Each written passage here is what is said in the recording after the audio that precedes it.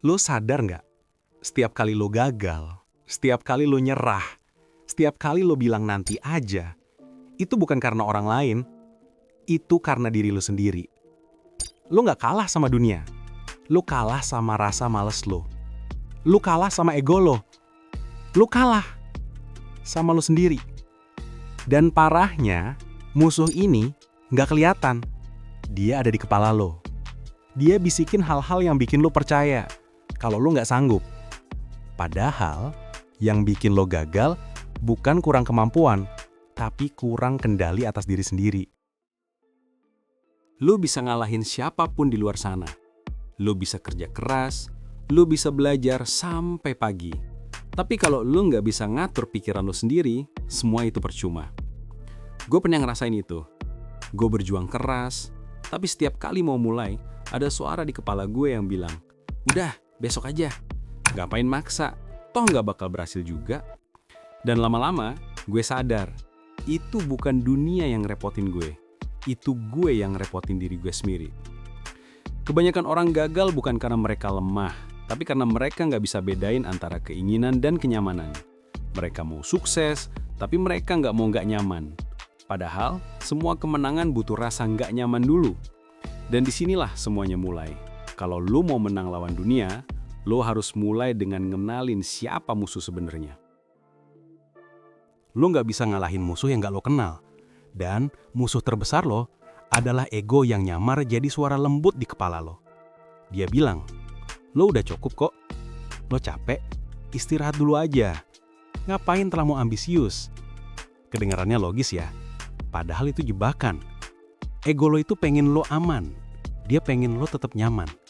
Tapi sayangnya, zona nyaman itu bukan zona tumbuh. Setiap kali lo milih nyaman, lo sebenarnya lagi bilang ke diri lo sendiri, "Gue lebih milih tenang sekarang daripada bangga nanti." Coba pikir, berapa banyak mimpi yang mati bukan karena orang lain ngelarang, tapi karena lo sendiri yang berhenti.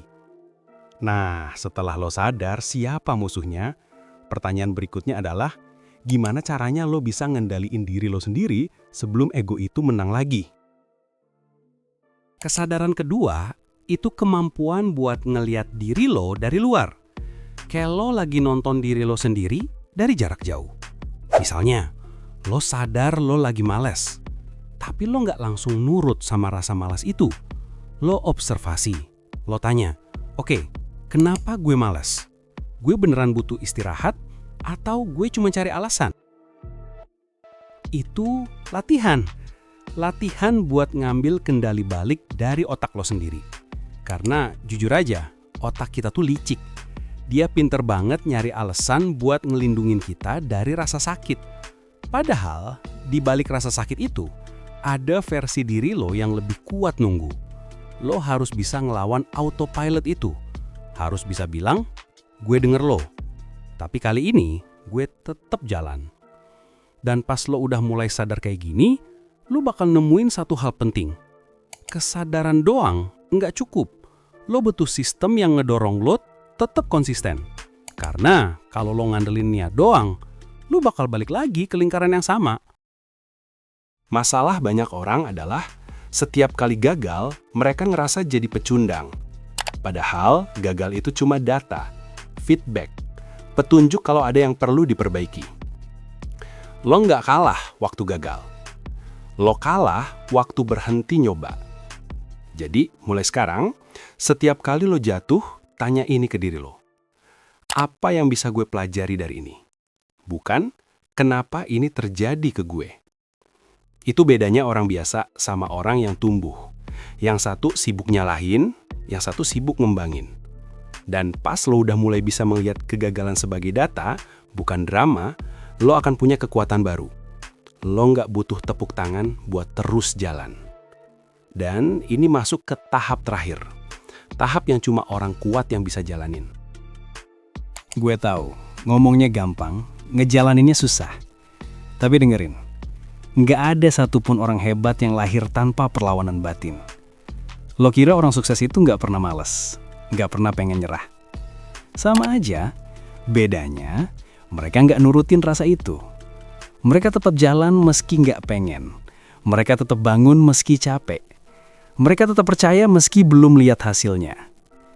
Karena kemenangan terbesar dalam hidup bukan waktu lu dapat hasil, tapi waktu lu bisa bilang, gue nggak nurutin rasa takut gue hari ini. Dan kalau lu bisa ngelakuin itu hari ini, besok lu udah lebih kuat dari versi lu yang kemarin. Jadi, mulai hari ini, berhenti nyalahin dunia, berhenti nyalahin keadaan, berhenti nyalahin orang lain. Lihat ke cermin dan sadar, musuh terbesar lo lagi ngeliatin lo balik. Tapi kabar baiknya, lo juga punya semua yang dibutuhin buat ngalahin dia. Kalau lo sampai di bagian ini, berarti lo udah satu langkah lebih maju daripada kebanyakan orang. Karena lo berani dengar hal yang jujur, dan gak semua orang sanggup ngelakuin itu. Gue harap setelah video ini, lo gak cuma paham, tapi lo mulai ngelakuin sesuatu. Mulai kecil aja, mulai sekarang, dan terus tumbuh.